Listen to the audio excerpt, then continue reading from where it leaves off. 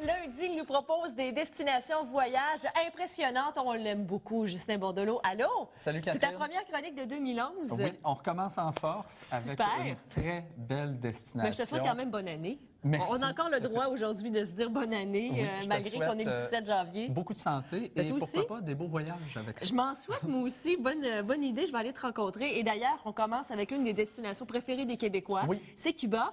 Mais la Havane, on connaît peut-être moins ça, ou on y va peut-être moins parce qu'on s'intéresse davantage au tout inclus, aux stations balnéaires. Les gens associent toujours Cuba à plage, mais ils oublient que les Espagnols se sont installés à Cuba pendant 400 ans et ont fait de la Havane leur ville phare. Donc, c'est à partir de la Havane, du port de la Havane, parce qu'il ne faut pas oublier que la ville est construite autour d'une baie. Et c'est de là qu'ils ont amarré leur flotte de navires et qu'ils sont partis conquérir les Amériques. Donc, dans le passé, la Havane a été la troisième ville en importance après Lima et Mexico. Et ça reflète vraiment là, toute l'ampleur de son patrimoine colonial, toute la richesse aussi de cette période-là. Parce qu'à l'époque, effectivement, tu l'as dit, on voit les monuments, c'est exceptionnel. Il y avait une richesse, il y avait une vitalité aussi. Il suffit de voir les films des années 30-40, à l'époque à Cuba, à quel point ça bougeait énormément. C'est ça. Et après, suite à la période espagnole, les Américains aussi en ont fait une destination de choix pour le divertissement, pour les théâtres. Les cabarets. D'ailleurs, le Grand Théâtre de Cuba, où l'architecture est magnifique avec les grandes colonnes, la coupole. Il y a aussi le palais présidentiel où on peut aller visiter le musée de la Révolution. Il y a plein de choses à faire dans la vieille Havane. Il y a aussi, pour les gens qui aimeraient découvrir ses charmes, il y a aussi des plages qui sont situées à proximité, la plage de l'Est, la plage aussi de Santa Maria. Donc, c'est possible de combiner les découvertes de la ville avec aussi un séjour plage. Et ce que nous offrent les grossistes du côté de la Havane, c'est pas seulement des formules tout inclus. Oui, c'est possible de le faire une semaine en tout inclus à la Havane, mais ils nous offrent aussi la possibilité de le faire avec petit déjeuner seulement. Et mais de vous permettre de découvrir la ville par vous-même aussi, d'aller dans les cafés, dans les bistrots, parce qu'il y en a quand même beaucoup. Je suis allée, toi aussi.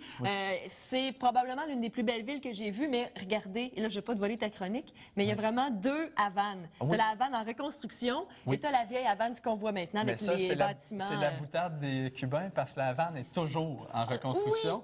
Et c'est une, comment ils appellent ça? C'est les bâtiments inachevés. Mais tu sais, c'est constamment en reconstruction.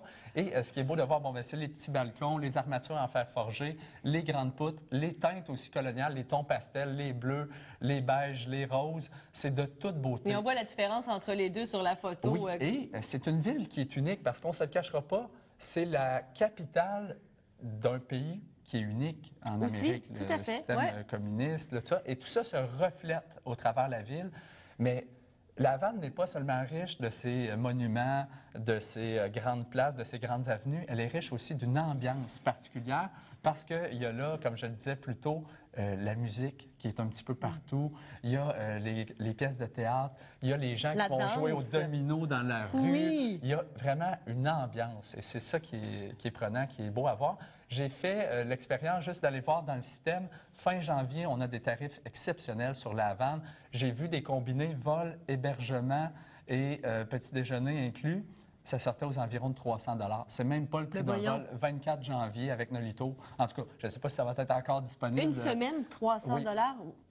Fait que c'est ça, c'est génial, c'est une occasion rêvée et je conseille aux gens de peut-être même pousser l'expérience plus loin et de sortir de la Havane, de faire, on pourrait leur faire un petit séjour sur mesure. Fait que c'est une ville qui a beaucoup à offrir et qui redevient extrêmement populaire. Et Justin, si on ne veut pas aller passer une semaine en Havane, il y a toujours la possibilité des tours aussi guidés qu'on peut se procurer directement sur l'un des sites, peu importe la ville où vous résidez, que ce soit, je ne sais pas, Varadero, Cayo Largo, Trinidad, Cienfuegos. La plupart des destinations cubaines offrent des déplacements. Certaines sont très éloignées, comme Santiago, mais c'est possible de le faire avec un petit vol intérieur, avec un coucher à la Havane. Donc, juste un petit plongeon au sein de votre séjour plage. Mais il ne faut pas avoir peur, parce que j'avoue que les avions à Cuba, les voyages intérieurs, c'est pas tout à fait le même confort. Très agréable, Mais j'avoue, j'ai eu un petit peu peur avec les anciens avions russes. Oui, mais ça fait partie de l'expérience. Non, ça monte et ça descend. C'est ce qu'on a de besoin. Oui, et toutes sortes de choses à faire à La Havane. Il y a des petites croisières qui sont possibles en partance du port pour aller admirer le soir venu La Havane toute illuminée. Oui. Il y a aussi les fameuses parties de baseball.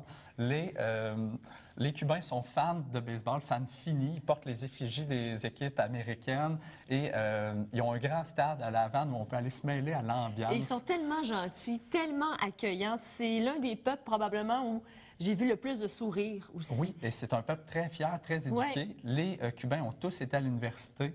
Donc, ils sont riches de connaissances et sont très fiers de pouvoir vous faire découvrir leur pays. Donc, c'est vraiment un peuple extraordinaire. Donc, on va aller te rencontrer, bien sûr, chez Voyage Arc-en-Ciel. Et rapidement, en 2011, est-ce qu'il y a des destinations qui vont ressortir du lot? Je sais que tu nous as parlé de la Colombie aussi, bien, hein, ce qu'on ressent à date, moi, au niveau de la demande, c'est que les gens veulent s'assurer la température, la chaleur. Ils ont été échaudés suite à l'année dernière, les grandes vagues de froid qui ont frappé le nord des Caraïbes.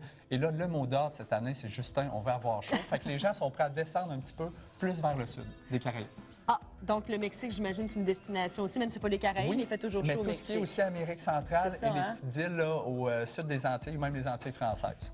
Ah, découvrir, il y a peut-être d'autres destinations qu'on pourrait justement découvrir dans les prochaines semaines. Avec plaisir. Bien, merci, on va aller te rencontrer chez Voyage Arc-en-Ciel, ça va nous faire du bien, des belles vacances. Demain, bien sûr, on sera là avec encore tout plein de chroniqueurs, notamment Robert Roy qui va nous entraîner. On va parler également des nouveautés de l'ONF présentées cette semaine à la Maison de la Culture, tout à fait gratuitement. Portez-vous bien, à demain, salut.